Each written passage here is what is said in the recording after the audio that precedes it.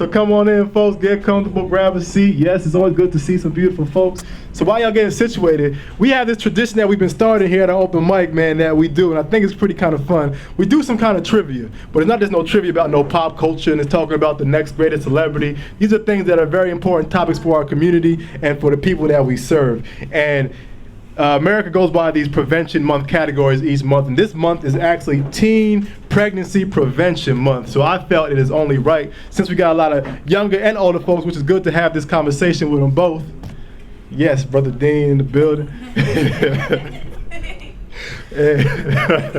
And it's good for that. As adults, we have these knowledge too, because we have to be the ones to talk to these youth, you know what I'm saying? And as youth, we need this knowledge too, for we can make the best decision that we feel is for ourselves and our futures. Okay, so before I get started, I'm just gonna share with you a couple of facts that I got from the National Campaign to Prevent Teen and Unplanned Pregnancy. Okay, and it says in 2013, 47% of all high school students, including 48% of boys and 46% of girls, reported having had sexual intercourse. Okay, so I read that statistic because I'm not here trying to promote sex, but realizing what is taking place in our community, that this is things that are being done. So if that is the case, we need to have these conversations for these kids to have a solid foundation of information that they can make a more educated decision. Okay, another fact, in 2010, the teen pregnancy rate among non-Hispanic Black and Hispanic teen girls aged 15 to 19 was more than twice as high as the teen pregnancy rate of non-Hispanic white teenage girls. So pretty much saying that people of color are getting pregnant at a faster rate than people of non-color, and realizing that in inner cities where you use these things, as, not saying that people don't go through trauma everywhere, but there are for some reason higher rates in those populations than there are in other populations. This is two more facts, and I got some good trivia. We got a pretty nice prize tonight and some other small prizes, but it's going to be a very special and well thought out answer to get this prize. You give me that look, give me that look. All right, last fact, okay. In 2013, 86% of sexually active high school students, including 88% of boys and 84% of girls, said that they had used some method of contraception. So that is a good thing to hear, realizing that contraception is being used at a high rate, but realizing, is it being used properly? You know what I'm saying? Do I have the proper knowledge? What's that movie where they use saran wrap as a form of protection, and they really had people going around society believing that that's actually way, I don't remember the name, but it was probably before our generation. But what booty call? Yes. Some OGs in the building. Pardon my French. But it's like saying, when you watch the media, how often do you see on TV shows or movies of them pulling out a form of protection or contraception?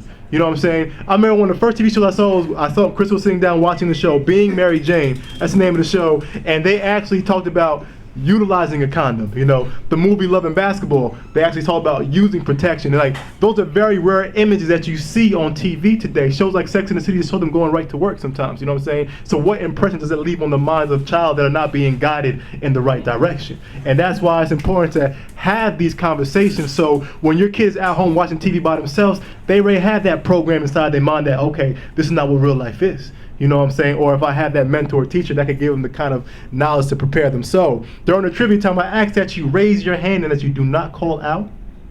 The final question, I'm going to call up 3 contestants, and whoever gives the best answer based off the judges of the kids' board of directors will be winning the grand prize for the night. And I promise you, you will fully enjoy. Well, I can't promise that. Let me take that back. But first question, raise your hand. Please don't shout out. Please don't shout out. We got some lollipops and some hand lotion, natural organic hand lotion, okay? So that you can moisturize yourself in a non-toxic way, so your brain and nervous system won't be so scattered by all that Johnson & Johnson products you put on yourself, thinking you smell like a good old baby. Let me stop.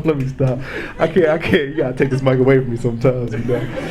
What is the only 100% effective way to prevent STIs, HIV, and pregnancy? Kareem, tell me. Abstinence. Say that one more time, brother. Abstinence. Yes. What is abstinence? Who can tell me what abstinence is? Can I tell? Yes, you can, man. Yes. Here's some good lotion too, sir. Some good lotion. It's when you don't show up to school.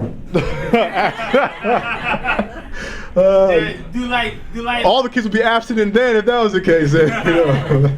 Do like drugs, just don't do it. Just don't do it. Yeah, pretty much. That is when you don't have sex at all, period. So can I get pregnant from not having sex? Can I get a STD, STR, HIV, or AIDS? Well, AIDS you could probably still get from possible blood transfusion, but the one safest way sexually is abstinence, okay? And that is one method that I think that if you are not fully aware what you're getting yourself involved in, that is something that you should really think about, okay? Number 2, next question. What are ways you and your partner can express their love for each other without getting sexual? This is a very subjective answer. It'll be multiple answers. Yes, Brother Will. Talking to, let's go to the old fashioned, let's just talk to each other, you know what I'm saying? Right. That is the answer that I will agree with, okay? I'll give you some lotion too, man. Get good moisture. This is some good products, man. You're not gonna see your skin dry up like chalk is dropping off of it after you use that Dove and that Nivea lotion, you know, because it's just dehydrating your skin. Who else wants this? Brother Sal, you had your hand up too as well? What is one? Okay, talking. What else we got? I mean, I was gonna say some meditation. You could do meditation too. Let's open up our souls, not our legs. You know what I'm saying? It's a much more effective way. Yes, Brother Shaw. There's a way to conscious hugging where you take deep breaths away of your breath while you're hugging someone. And you release a lot of bonding hormones and develop a deep care for the other person and also a good feeling within yourself. I like that. And let's keep it to the hugging. Don't get it past the hugging because you might become a little conscious of something else during that time if your mind is not in the right. Focus on the breath while you're hugging. I like it. Here's some lotion. Mindfulness act. Here's some lotion. Yes, you do, man. Maybe give your not even gonna say that, man. And I have some more to add to the list, especially for my younger folks in the building, my young queens. Yes, tell me back there. Not sexually. I'll get you an answer. I'll come back to you though. I mean, kissing's better than, is not gonna get you pregnant, but kissing could lead to some things, like a gateway drug, they say sometimes. A gateway act, yes ma'am. Sharing your art with each other. Sharing your art, what kind of art? Because there's many forms of art. Poetry, singing, dancing. Poetry, singing, I like that. Yes, so my youngins, take some notes, please. There are many ways to share love that is not sexual. You know what I'm saying? Maybe drawing some art with one another. He can pose it real quick. You know what I'm saying? What else did I put down? I put down, watch a movie, tell each other how much you love about each other and why you love that about them, you know what I'm saying? Write a letter to each other about how they make you feel and read it to each other with passion. You know, make cards, take funny photos, and just simply enjoy their presence. Sometimes you don't even gotta talk, just feel their energy, feel their love. Yes, baby, would you like to say something? Well, I was gonna say, and what's my favorite thing to do with you is like when we do the Netflix and chill. Hey. We're really just chilling though, so No, it's like, just, literally just chill. I mean, That's code words. if you watching some good documentaries and some good TV, in trouble. yeah.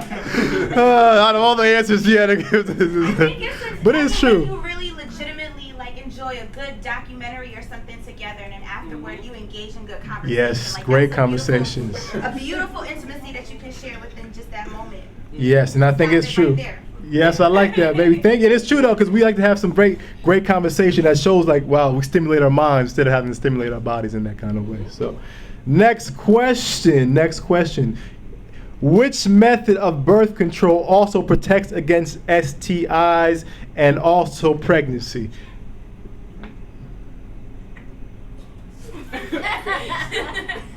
Yes. Alright, now you said which protection? Which method of birth control? So this is actually a form of birth control, and that protects against STIs and pregnancies. Well, I mean, like, it's too, yeah, if she got what, diaphragm or Well- the thing to go on the woman, and for the man that what kind of Jimmy hat? Yeah. So what were you gonna say back there? Yes, a condom. Yeah, you said a battle hat. Yeah. And I'll give you some lotion too, my sister back there. And it's true, a condom, because you might take the birth control pill, but does that protect against STIs at all? No. Not at all, because there's still skin-to-skin protection. You know, you can use the diaphragm, but does that protect the skin-to-skin protection at all? Only thing is the female and the male condom, you know, and realizing exactly how you can prevent that. So get this girl some lotion. You want to pass some lotion, brother I man? can't count no lotion, homie. You got some lotion though. I'll give you some. She right, yes, there she go. She gonna get her natural lotion. Let's go. So this is the last question before the big hoorah.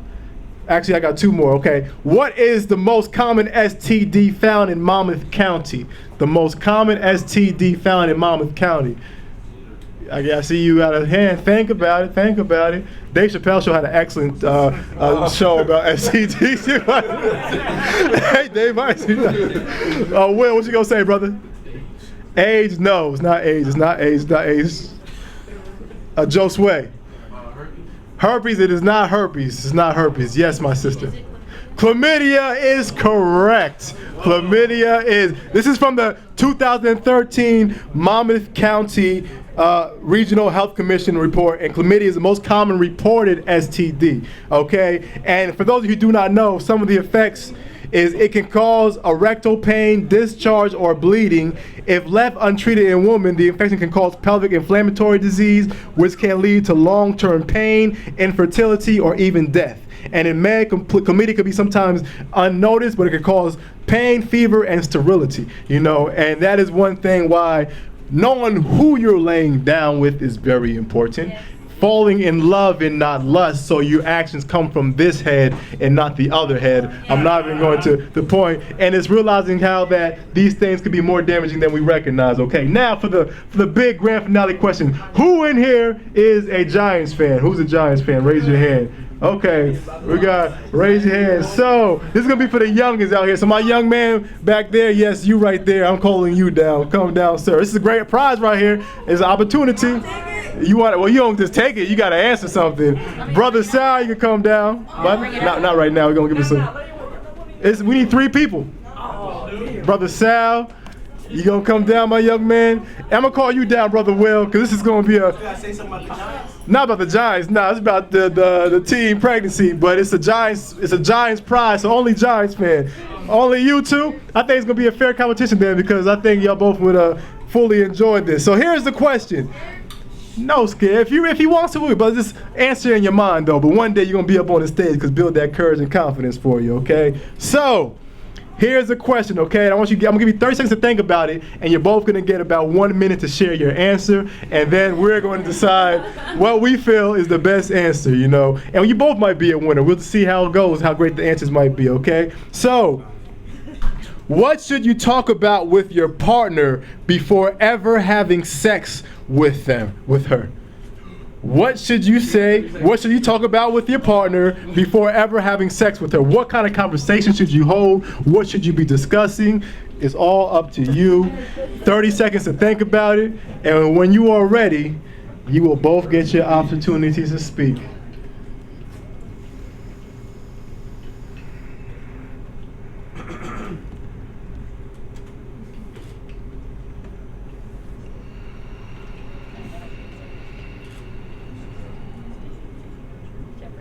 Okay. So who wants to go first? Give you 1 or 2 minutes, all right? What should you say to your partner before ever having sex with her?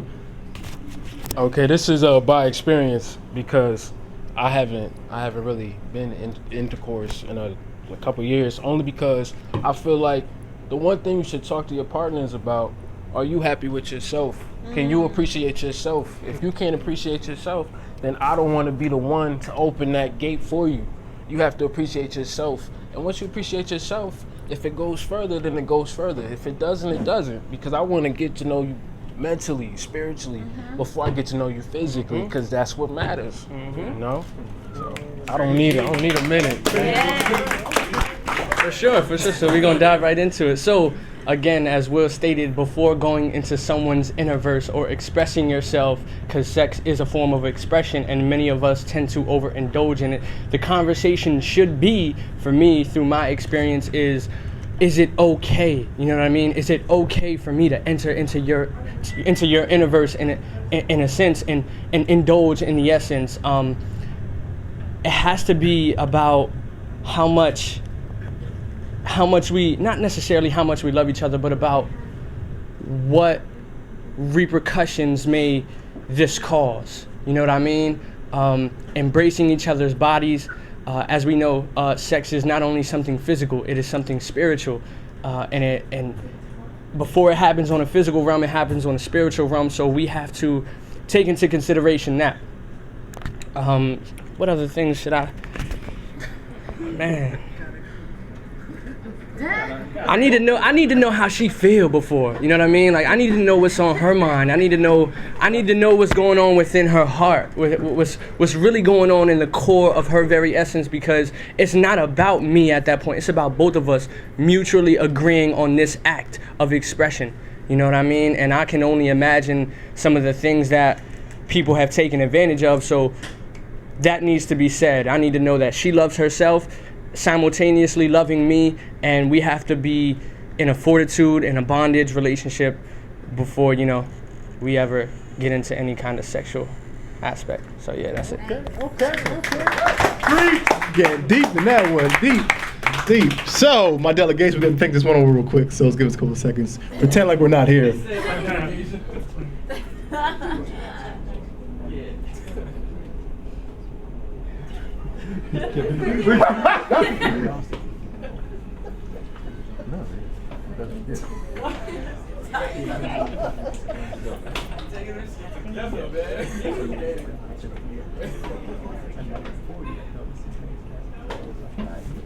So, the delegation I spoke, a lot of y'all real nosy out here looking in our grill trying to get in the conversation. I said, let us talk. But before we announce the winners, we just want to add a couple more things to the topic of conversation to add on to the great answer that they gave, and then we'll give the news of the winner.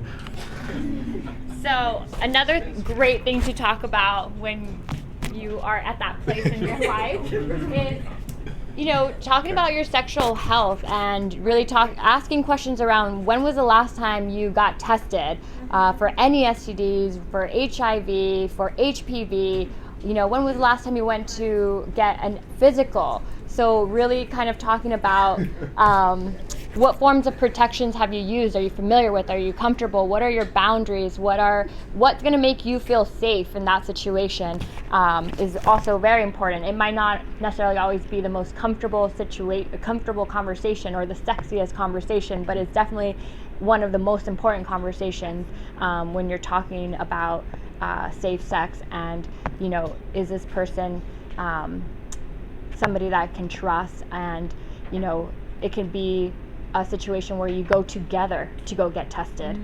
There's many resources out there. If people don't have health insurance, if people don't have the resources, there are free testing sites that are available to use. So, yep.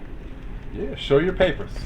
Carry them, show your papers. Or she will deport you out The of her clinic family, right down the you know street does free testing. I've been there, I test myself. When I've been in the ER this past year, they asked me if I want an HIV test. I said yes. You know, me and my partner at the time were in there, so we both got tested. You know, and that's what it takes. There's actually a show on Being Mary. There's an episode on Being Mary Jane where they were about to have intercourse, and she was like, "Hold up, when's the last time you've been tested?" And he started laughing. He thought it was a joke, but you know, no. Show me your papers. So that's what it's all about. A good rule of thumb is always get tested before a relationship and then after the relationship. Yes. So not just necessarily when you're starting, but when you also leave a relationship, especially if there have been things that have come up where somebody wasn't the most honest in that situation. So. And also to my kings and especially queens, if you look into using different contraceptive methods like the birth control pill, the patch, the Depo-Provera shot, the NuvaRing, try to fully learn all of the effects that go along with using those methods of contraception, because there's a lot of studies and research that shows that one, long-term use can cause infertility. More so saying that you may lose the opportunity to even have babies. There's a lot of different cancers that are starting to turn up from using these things for long periods of time. So realizing you have to really make an educated decision. Am I ready to have sex is question number one. But if I'm using these methods, can I accept the effects that go along with them, not just taking them blindly because, I'm not going to get pregnant for this time period, but what might be the long-term standing effects. And there's a lot of research that they're not going to tell you about, but they'll put on a commercial with a big smiley voice and some good music in the background, and you don't even realize it has told you how toxic this is at the same time too. So being educated, yes, Sean. I just want to add to that last point that using birth control on a physical level simulates a lot of aspects of being pregnant. So a lot of changes that come with that hormonally and in other ways too come along by taking that pill, because it's like basically a simulation of pretending that you're pregnant. And it says educating yourself is the key component for all. Okay, so the winner, or maybe winners, I don't know. We don't know. But we do have winners, but to claim a winner, you're both winners in our eyes. I would like to give, this is a consensus decision, is Brother Will for his short and deep flowing answer. But, real quick, Will, number 10 or number 13, what do you enjoy more? 13, okay, so that one is in my car. So Sal, you get to hold it for now, but this is the prize, and it's a great sponsor for our Giants. We got the official Eli Manning. You know what I'm saying out here? This ain't a joke. And I'll get you in my car during the next break time. We got Odell Beckham Jr., number 13. Y'all can go to the game. If you buy some tickets, make sure you buy me, Mike, and Arena a ticket too. And we'll just come to the game. But this is a great, I mean, I know you don't care, but Brother Dean gave us out to give us for a purposeful, meaningful reason. You know what I'm saying? This is a great opportunity to help share love. So this one is yours. We got the Odell Beckham. I'll get it before you get up out of here. And that is for yes. And share that now. Make these conversations with your fellow brothers and sisters. You know what I'm saying? Instead of just talking about I don't even know what you're talking about these days. Maybe all the young thug about how great his rap lyrics are, or just things that are not, you know. But make sure you throw this in, even like your female friends, because these are things that we need to talk about instead of just pushing to the side. And my older folks too, reach out to the youth, because they need these conversations as well. So thank y'all fellas. I appreciate your support, and we are moving along. But next up on the microphone, please give it up and give some love for John, the musician. Clap it up, clap it up, clap it up.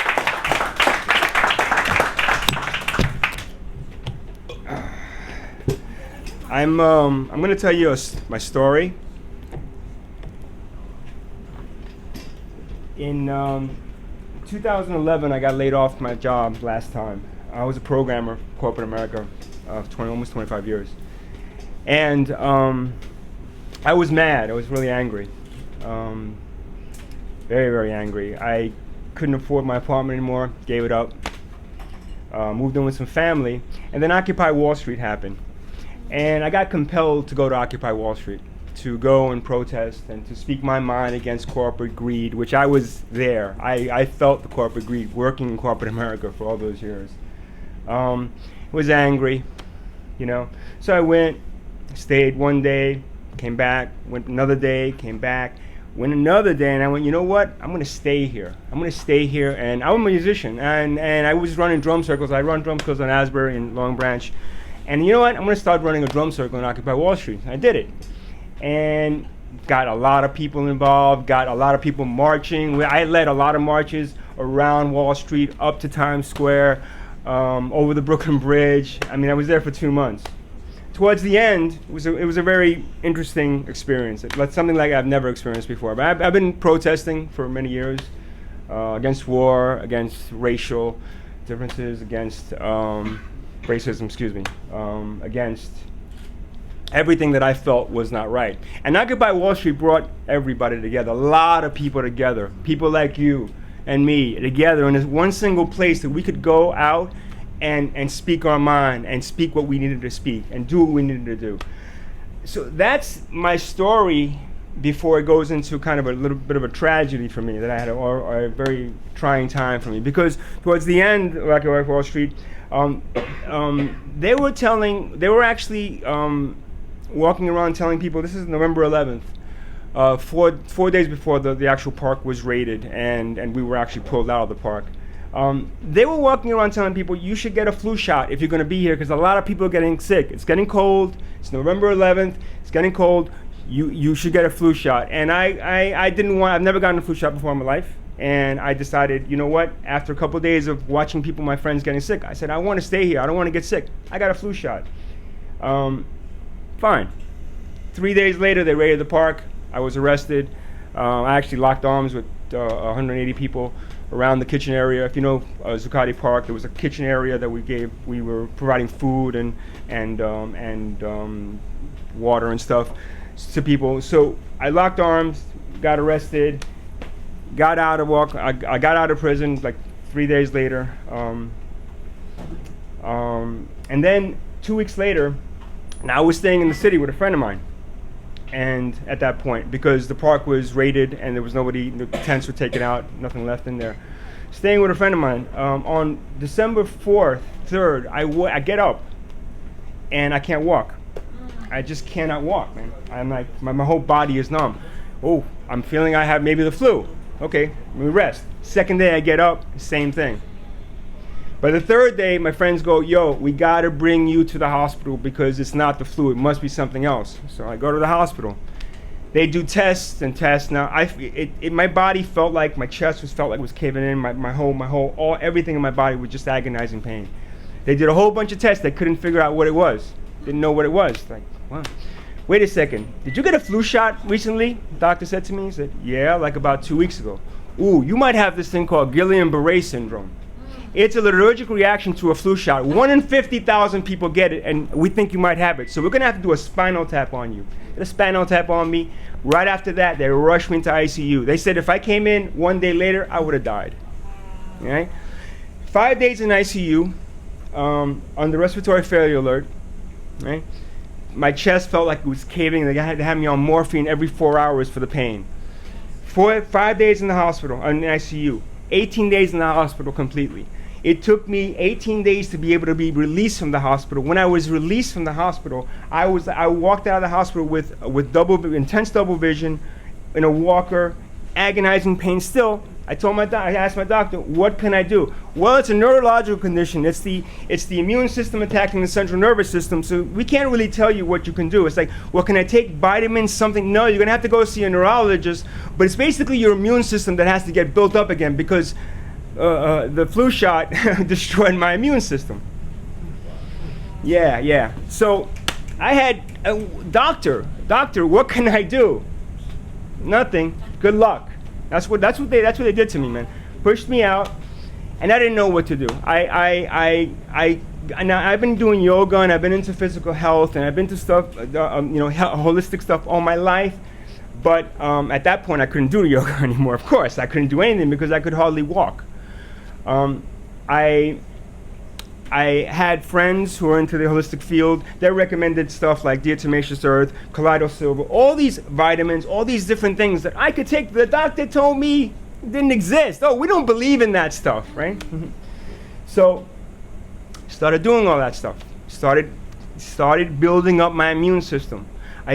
Somebody mentioned to me sound healing. You should go to sound healing. There's a person in Lake Como, this woman, she plays these crystal bowls. You go there, and you feel better. Right away, you start feeling really better. It's all right. I went for 1 month, I went twice a week for 1 month. At the end of that month, all of a sudden, I started feeling better. My body started feeling better. My body started feeling like it was healing. My immune system started building up and feeling like it was actually healing. Ooh, I'm gonna buy one of these bowls, man. Still, I sat down, I played that bowl, and I got into meditation. I felt the energy, and I bought another one, and I bought another one. I bought a whole set of them, and they leave feeling good, and they leave feeling happy, and their happiness, and their joy, and their healing heals me. Yes. You know, so I heal me, I heal others, and the energy comes back, and that's the key to it. You heal yourself, you help heal the world. And that energy, you connect to a higher spirit. You connect to a divine power that allows you and guides you and helps you. And I have the energy of great spirit, of my spirit guides that then help me and guide me into doing what I want to do for the people around me that I love, which is all of you.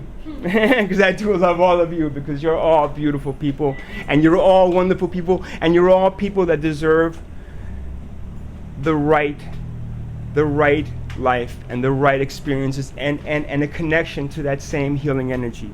Yeah. Love yourself, love others, give, help, and you will find yourself in this beautiful, beautiful energy that will help you. Thank you. And now realize how now I can share love. I can share. I wasn't angry anymore, you know. I came through a very trying time that I faced death. I had a near-death experience that then led me into a brand new life and brand new experience. Now I own this me and my partner own this little yoga studio in Bradley Beach, and I do sound healing. She does other holistic stuff, and I provide it to people. And this is what I find myself feeling really good about. 25 years in corporate America programming, I hated that. I hated it because it was just so greedy and everything about it was just so bad towards the end. And now I'm doing something that I really love and I really appreciate, and I help people. And I help people. People come into my place feeling all stressed out and angry, and they leave feeling good, and they leave feeling happy, and their happiness and their joy and their healing heals me. You know, so I heal me, I heal others, and the energy comes back. And that's the key to it. You heal yourself, you help heal the world, and that energy, you connect to a higher spirit. You connect to a divine power that allows you and guides you and helps you. And I have the energy of great spirit, of my spirit guides that then help me and guide me into doing what I want to do for the people around me that I love, which is all of you. Because I do love all of you, because you're all beautiful people, and you're all wonderful people, and you're all people that deserve the right life and the right experiences and a connection to that same healing energy. Love yourself, love others, give, help, and you will find yourself in this beautiful, beautiful energy that will help you. I'm Jerry, and this is my little girl, Shantae, and this is K.Y.D.S and Josiah. They're my co-workers' children. And we just do this every now and then. We just play the ukulele and have a good time together. And we're going to do 7 Years Old. It's a popular song on the radio, and I just learned how to play it. It's okay. Ready? Sing it. It's okay. I'm sorry, I'm a little out of tune.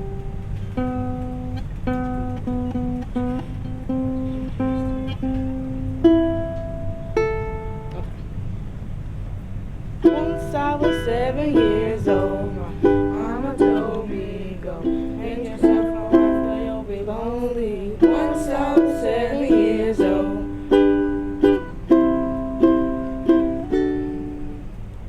It was a big, big world, but we thought we were bigger.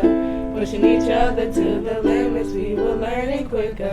By 11, smoking herb and drinking burning liquor. Now you're rich, so we were out to make that steady figure. Once I was 11 years old, my daddy told me, go make yourself a wife or you'll be lonely. Once I was 11 years old.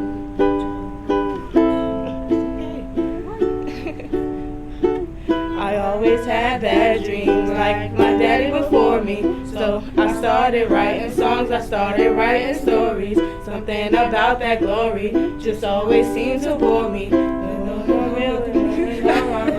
Really know me once I was 11 years old. Look, it's okay. Okay. It's alright. Once I was 20 years old.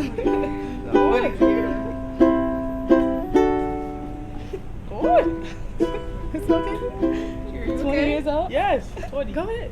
Once I was 20 years old. Go make yourself a wife. No? I'm sorry. I'm sorry. Alright, did y'all want to try a different song? Sure. Alright, we know another song, down pat. It's okay. It's okay. It's okay. All of me. Okay.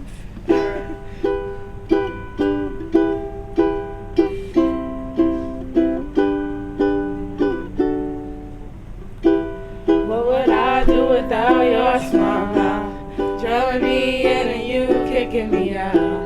Got my head spinning, no kidding. I can't pin you down. What's going on in that beautiful mind? I'm on your magical mystery ride. And I'm so dizzy, don't know what hit me, but I'll be alright. My head's underwater, but I'm breathing fine. You're crazy and I'm out of my mind. 'Cause all of me loves all of you. All your curves and all your edges, all your perfect imperfections. Give your all to me, I'll give my all to you. In my beginning, even when I lose lose, I'm winning. 'Cause I give you all of me, and you give me all of you. Oh, all you. Cards on the table, we're both throwing hearts, risking it all, though it's hard. 'Cause all of me loves all of you, loves your curves and all your edges, all your perfect imperfections. Give your all to me, I'll give my all to you. You're my end and my beginning, even when I lose, I'm winning. 'Cause I give you all of me, and you give me all of you. Oh, give me all of you.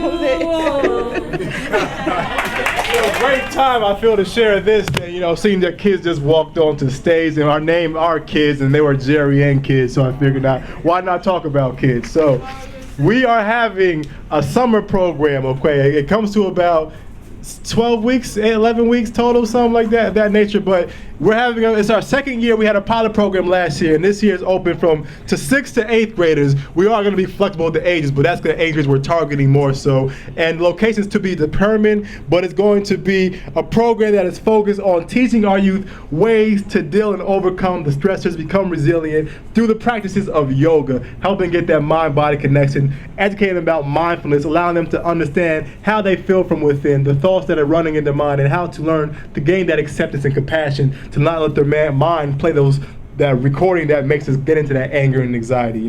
We're focusing tremendously on character, education, and life skills, using that as the blueprint of the chakras, which can be entailed as a spinning energy of light, but also reflects at a deeper level of how we could build ourselves on a physical, on an emotional, and a spiritual level. And this is a program we're running that is going to be free to our youth. We only have about 20 spots available, and it's going to be a first come, first serve location. And it's going to be even bigger than last year, man. We got a lot of support from the city, from Interfaith Neighbors, and a couple other organizations. We have a lot of great trips lined up. We're going to have healthy, nutritious meals, and it's going to be an opportunity to really provide your kids the tools that they need to just be successful in life, whatever they're going to be, whether it's going to be a doctor, a lawyer, a teacher, or a public educator. These are just tools that we all could benefit from, because growing up in a community where you see violent crimes, where you see acts of trauma, you see mental abuse, physical abuse, sexual abuse, all these things play a toll on our mind. If we don't find proper ways to release that energy, it's going to come out in different ways. And you see it today.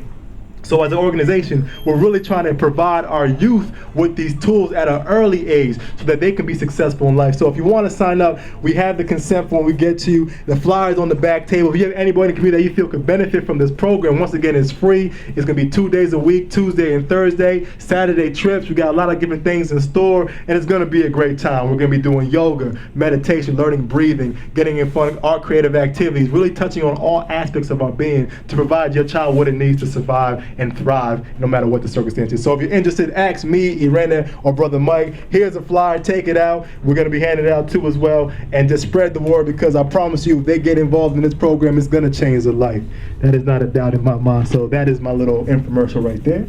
I just want to share with y'all a little about what's going on with Epic Willpower. We are a spinal cord injury group, and we actually deal with, people that has disabilities. We also focus on violence. It's me, Terrell, Tevin, and Salim right there.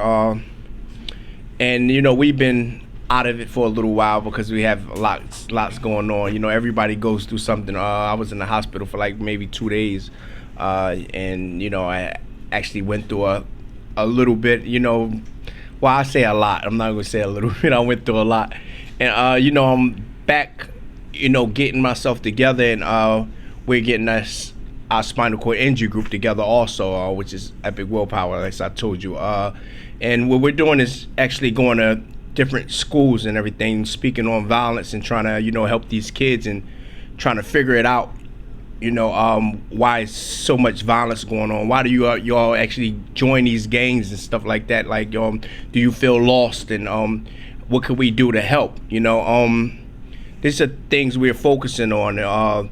we're going to different schools. Last school we was at was actually the Asbury Park Middle School. We're supposed to be at Neptune High School the 24th of this month. So, you know, we're actually, you know, looking for others who have disability that want to come out and speak, that have a voice to speak, you know, on their disabilities or, you know, anything they're going through, because we all go through things, even, you know, people that doesn't have, you know, disabilities. We all, you know, have mental stress. You know, we can, anybody can actually come out and speak with us. We actually have my cousin here, you know, he's actually the director of Epic Willpower now, Brian Green, and, you know, he's gonna perform, what is one to two of his songs, you know, that he has. And if anybody, you know, wants to come forward or whatever, you know, after this we have cards and everything, you know, y'all would like us to come speak at any of your events, anything, anybody have any type of events and anything like that, y'all would like us to come speak to children, we're definitely open to it. So, you know, you can just come talk to us after this is over and everything. Brian, you ready? Yeah. Okay, thank y'all. Yeah, how you doing? My name is Brian. When it comes to performing and stuff like that, I go by another name. It's called Danger. But that stands for, it's an acronym. It stands for Discipline, Anger, Nurtures Greatness, Every Rhyme.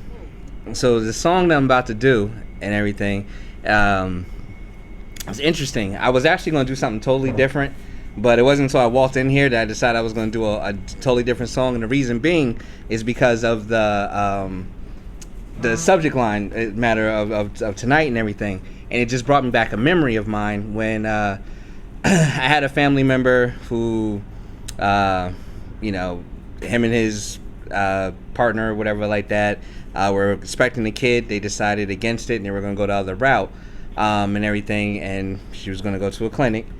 And he couldn't make it to be there with her. So I ended up driving her up there and, you know, sitting with her throughout the whole entire situation. So it was my first time ever being in there. So I got to witness, you know, the whole, you know, just everything, you know, it's the whole process of, you know, being in a, you know, those types of clinics.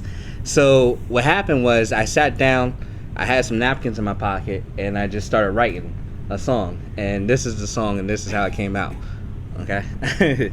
So bear with me, because I'm just now making up the chords to it while I'm playing it. Okay?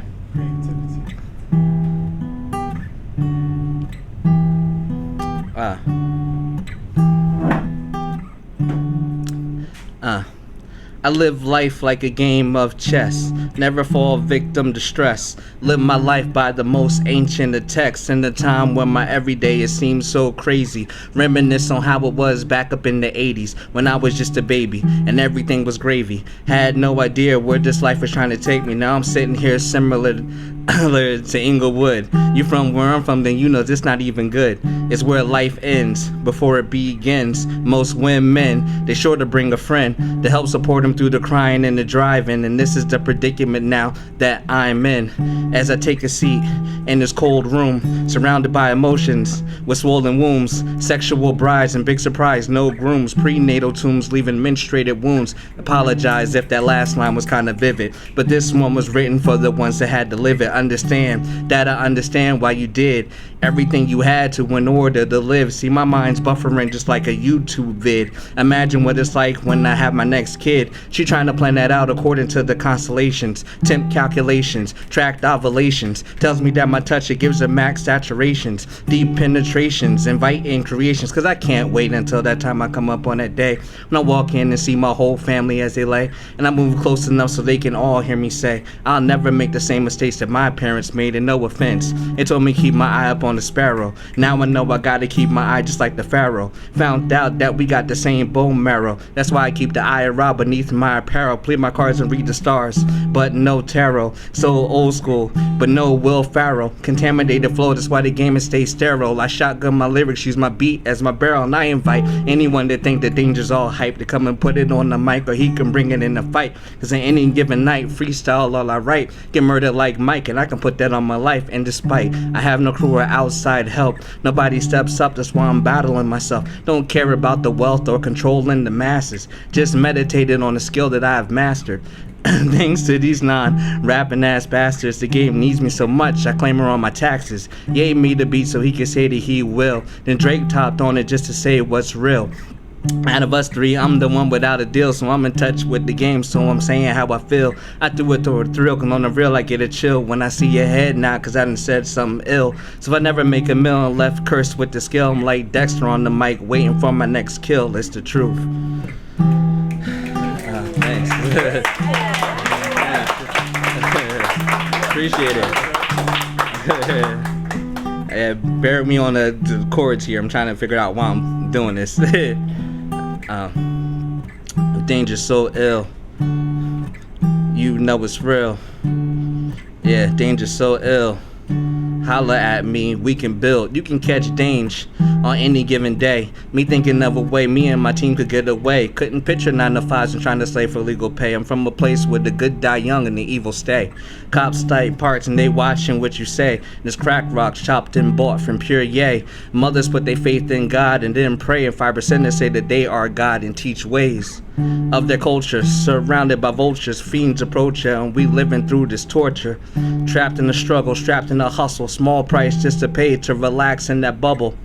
With that feeling like you finally had made it. Big see you with dough and they admire and they hate it. Cats see you with cream and they desiring to take it. Reality's you smoke weed to escape it. Man, I feel I'm on a whole different level. Somebody ask God why we living with the devil. Forget living in hell, I refuse to have to settle. When you fight to reach heaven, the law calls you a rebel. It's what I am and can't help it. The banger in the game, it's a part of me. Like the word danger in my name. But it's hard to do my job like a painter in the rain. But you still feel my pain, I ain't here to entertain.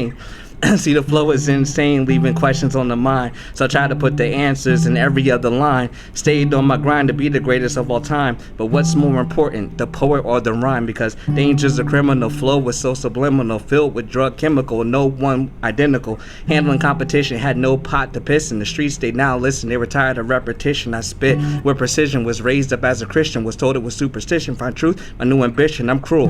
One intentions and rap is my new addiction. A product of a prediction with life as an ignition. On the road to perdition, it's my team's rendition. Had heat with night vision with people who were like bitching. My downfall, they wishing they aimed but they stayed missing. But keep trying to come like nocturnal emission. Divine intervention that makes impossible mission for me to be in position with bullet-filled incisions. As a youngster I had visions, was picturing the better living, the alternate, the ending, adapting to my conditions. Verbal technician who's just in his convictions, disappeared like magicians avoiding court convictions.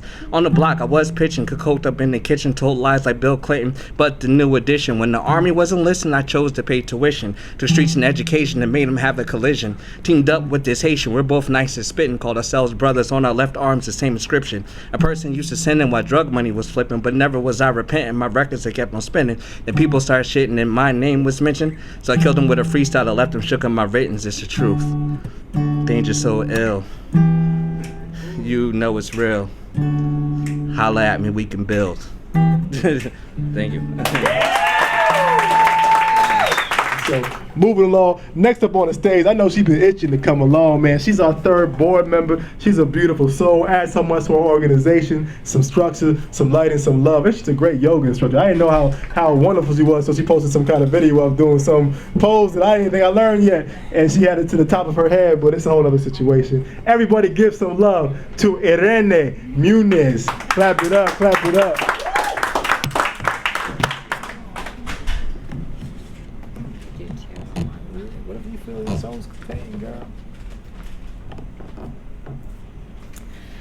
Hi everyone, thanks for being here. It's really always such an honor to share space and community with all of you. I'm going to do 2 poems, and one of them, this first one is called Generations, and it's my father's birthday coming up, so this is dedicated to him and the role that he's played in my life, and feeling so blessed to have such a pillar of a human contributing to who I am today. It's written by one of my favorite poets, Melissa Bañales. She's a Mexican-American poet, author, who lives out in California, in the LA area. Generations. Before men and women were going on strike, standing on the front lines with Cesar Chavez screaming, "Si se puede," yes we can, my great-grandfather was starting his own revolution, teaching himself to read and write by rummaging through schoolyard trash cans for used spelling books and old newspapers. Great-grandfather came over from Michoacan, Mexico to pick cotton in California.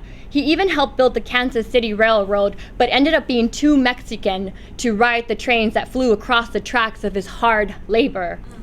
And who would have thought my father, little brown hands, picking grapes in the Fresno heat, would be the first in our family to graduate high school and end up building satellites for NASA.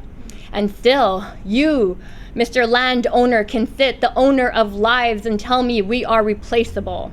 That somebody's got to go out there and pick that fruit because there is a cake that your mother is baking that needs the perfect size strawberries. That we don't deserve more than a 15-minute break a day because money doesn't grow on trees. Money doesn't grow on trees. Well, neither does blood, neither do brown hands, neither does strength, neither does courage, neither do weaknesses. You ask me, the third generation of the brown blood gone white, if I am ashamed of this heritage, and I can tell you, Señor, I don't hear shame calling in my sleep. I don't hear shame in 3 a.m. phone calls to my father. Papi, I am working 3 jobs and I just can't take it anymore. Papi, I get down on my knees every day, not to pray to God, but to clean up after people's stuff, and I just can't take it anymore. Papi, I'm not gonna make rent again next month, and I am living just enough for the city, and I just can't take it anymore. I don't hear shame when my father tells me, Mija, haven't you learned by now that there are fields of soldados, soldiers swimming through your veins? Mija, there are fields of reasons why the universe only gives you as much as you can carry. Mija, there are fields of things your heart already knows. And this I know. I have crawled across the backs of men and women just so I can climb back into the womb of a mother country so that I could be reborn and say to you, you do not plant these seeds. You do not own these roots. Your government does not birth this fruit. So don't tell me how I don't understand the taste of the sweetest red grapes on a sunny August morning, because trust me, they are filled with the blood and sweat of 3 generations of Aztec wars, and I've come to know what the truth tastes like. Yes. Thank you.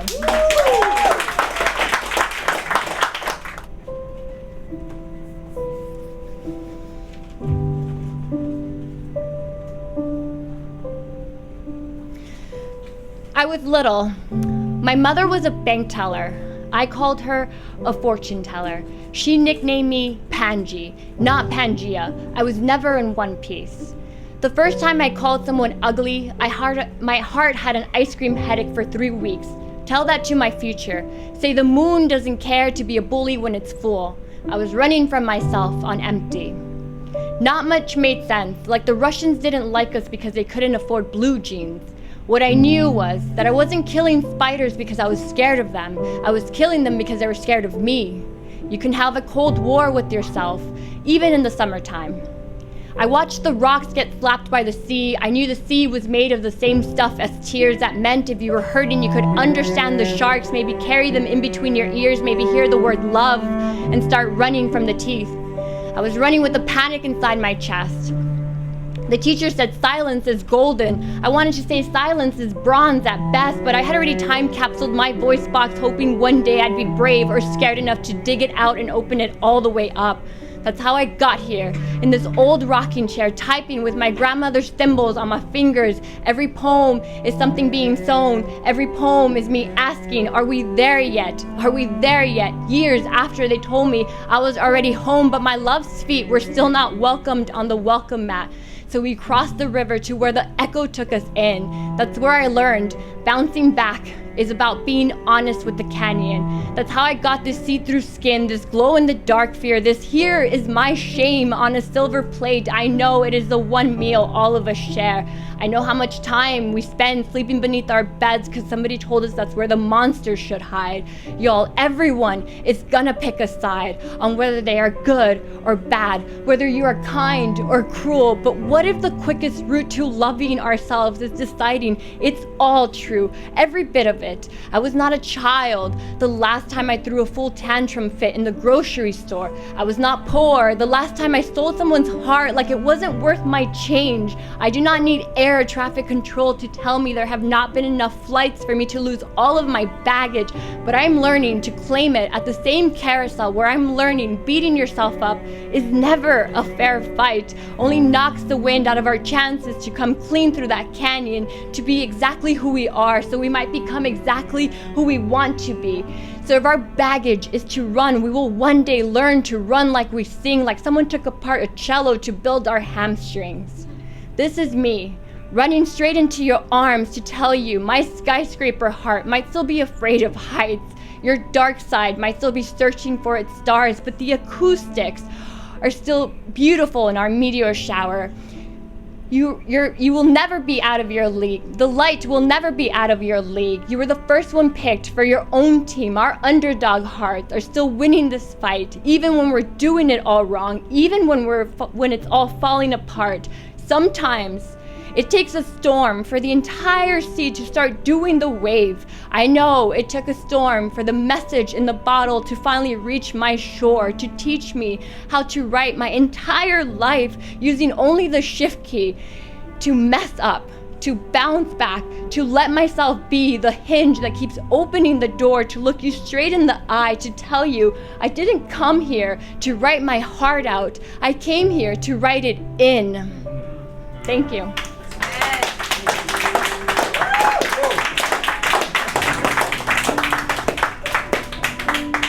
Let's give some love to Irene one more time.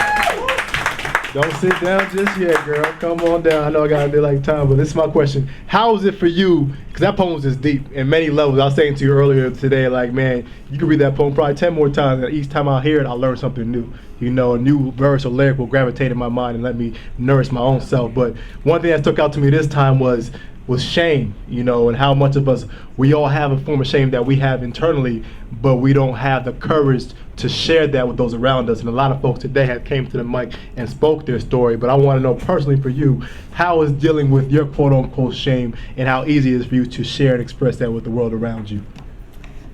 I mean, I love that line because it is something that we all share, and it's also something that makes us human. So being able to like name it and claim it and move beyond it is really what's going to help us grow. And so it's never, trauma that I've experienced in my life growing up, or trauma that my family members, my friends, the people I know that have experienced it. It is suffocating to not talk about it. It will debilitate you and destroy you. So I think it's so critical to offer spaces like this where we can share that, where we can heal together by letting our stories be heard and by vocalizing them. So that's beautiful. And a very important message. Give some love for it, and I think that is a theme of the night, folks. We can't pretend that it doesn't exist. We can't repress those emotions. We have to find an outlet, not just an outlet, but a positive outlet.